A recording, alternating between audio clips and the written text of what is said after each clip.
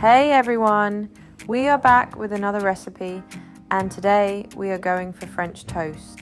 So let's make it. To start with, we'll crack 2 eggs in a bowl and add 3 teaspoons of brown sugar in it. We'll add just a pinch of salt and ½ teaspoon of cinnamon. Next, we are going to add some milk and start whisking it. To fry the toast, we'll take some oil and butter in a non-stick fry pan. While we wait for butter to melt and heat up, we'll take 2 pieces of bread and soak it in the mixture we made earlier. When the pan is hot enough, we'll grill the toast in it.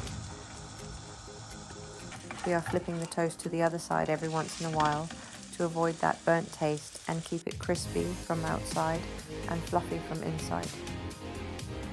When the toast is ready, we'll plate it and add toppings of strawberry and blueberries. And lastly, we'll drizzle some golden syrup on it, and our French toast is ready for a morning breakfast.